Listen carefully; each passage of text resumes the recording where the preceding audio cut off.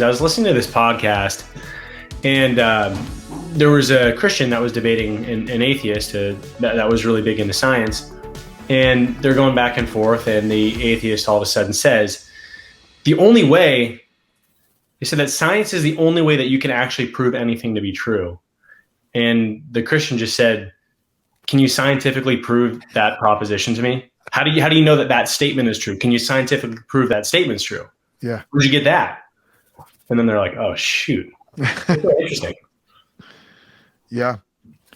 Yeah. It's the problem that you have whenever you try to break up knowledge into, you try to take one aspect of how we know things and make that the be all end all of knowledge.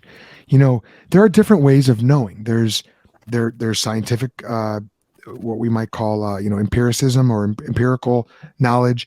There's rational knowledge. I mean, you can do math problems in your head without having to ever see anything in the external world. So there's this a priori way of knowing, whereas scientific inquiry would be more like a posteriori. You come to the conclusion out there in the world after you gather data. And then there's certain things that we just know by intuition. Perhaps love might fall into that category. How do I know my wife loves me? I guess I can point to the evidence, but like ultimately I know her. Some people are very intuitive and can read people really well. My wife's actually one of those people. I have to ask 20 questions to get to the same place, when I'm talking to somebody, to get to the same place she gets in like, a first meeting. She's just very intuitive. So there's certain things that you can know intuitively, rationally, and empirically. But if you try to break off empirical knowledge and say, this is it, this is the only thing, well, ultimately you're going to run into contradictions and a self-defeating worldview. It doesn't work.